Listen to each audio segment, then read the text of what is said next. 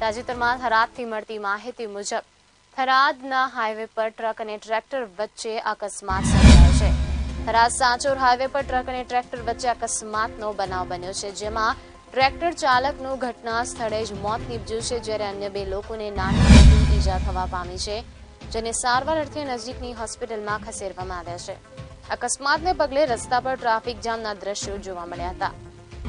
જણાવી દઈએ જે પ્રમાણે તમે સ્ક્રીન પર જોઈ રહ્યા છો, થરાદ સાંચોર હાઈવે પર ટ્રક અને ટ્રેક્ટર વચ્ચે અકસ્માતનો બનાવ બન્યો છે, જેમાં ટ્રેક્ટર ચાલકનું મોત નીપજ્યું છે, જ્યારે અન્ય 2 લોકોને નાની મોટી ઈજા થતા સારવાર અર્થે તેમને નજીકની હોસ્પિટલમાં ખસેડવામાં આવ્યા છે, જ્યારે અકસ્માતને પગલે રસ્તા પર ટ્રાફિક જામના દ્રશ્યો પણ જોવા મળ્યા હતા.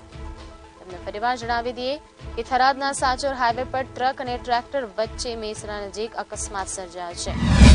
અકસ્માતમાં ટ્રેક્ટર ચાલકનું ઘટના સ્થળે મોત નીપજ્યું છે, જ્યારે 2 લોકો ઘાયલ છે, જેમને નજીકની હોસ્પિટલમાં સારવાર અર્થે ખસેડવામાં આવ્યા છે.